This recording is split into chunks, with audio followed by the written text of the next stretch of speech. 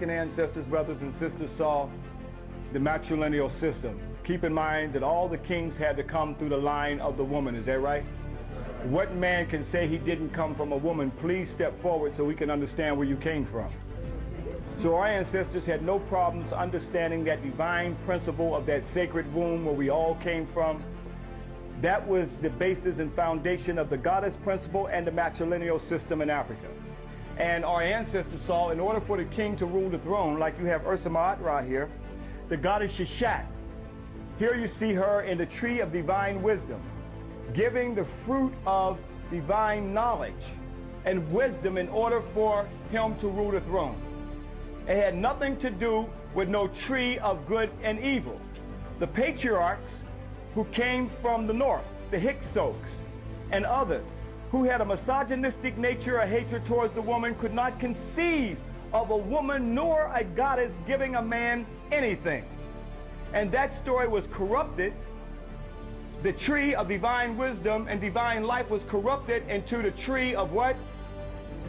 Because here we have that they created in their biblical stories and the opening of the pages in Genesis that there was Adam and Eve, is that right?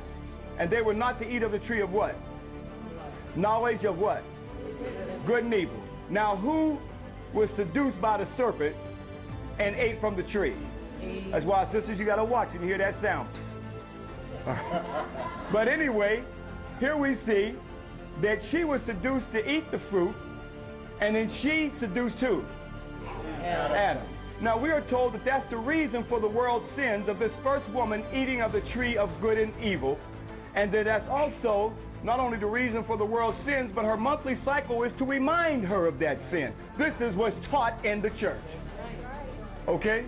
Now when sisters start jacking that preacher up, who's been equally spiritually enslaved himself, to tell that story, and that we were born in sin, there was no story whatsoever in the Kemetic Nile Valley that we were born in sin.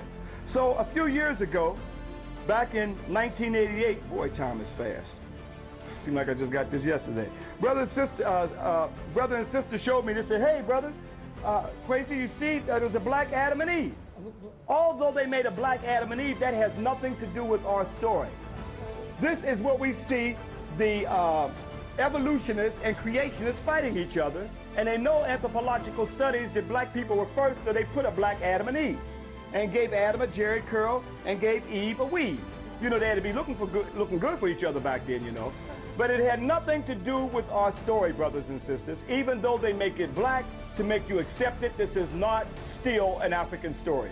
The African story is the goddess Sheshat giving the fruit of divine life from the tree of divine life and wisdom in order for the king to rule the throne.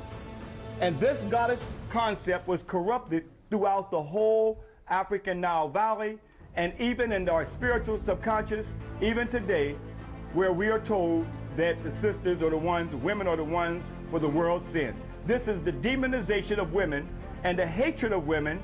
This is part of the sexism that you get in the theologians. Even in Paul, it says that women shouldn't even speak in the church. But I'm letting you know that that is not the African spiritual way, brothers and sisters. We had a God and a goddess. That's a spiritual Ma'atian law that our ancestors saw, okay? So let's understand that there was no rib, by the way, in the African creation story taken from the man to make the woman. That didn't exist. They were created simultaneously. So we did not have no story, but all of us got a navel where the umbilical cord was severed from our mothers, where we all came from. But until we get back to the true spirituality of understanding our divine balance of African men and African women, we'll forever be a victim in somebody else's racist, theological story, and the victimization of sisters where we cannot see our divine balance in the universe. Hotel.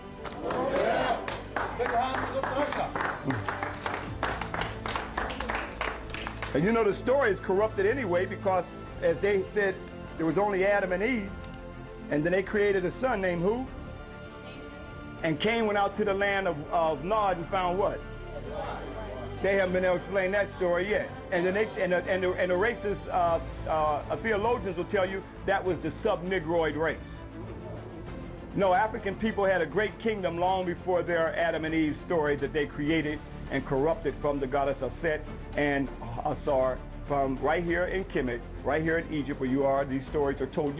This is a book in stone. That's why they carved endlessly so it cannot be revised. You see the ark already back there.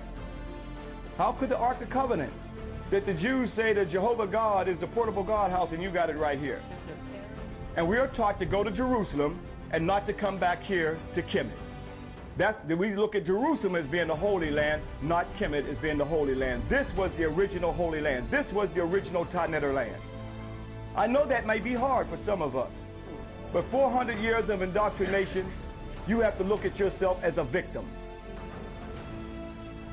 And we have been a victim. But we have continuous stories. So this is a book in stone.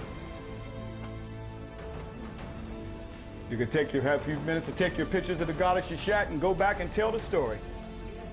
Show it to the preachers. Show it to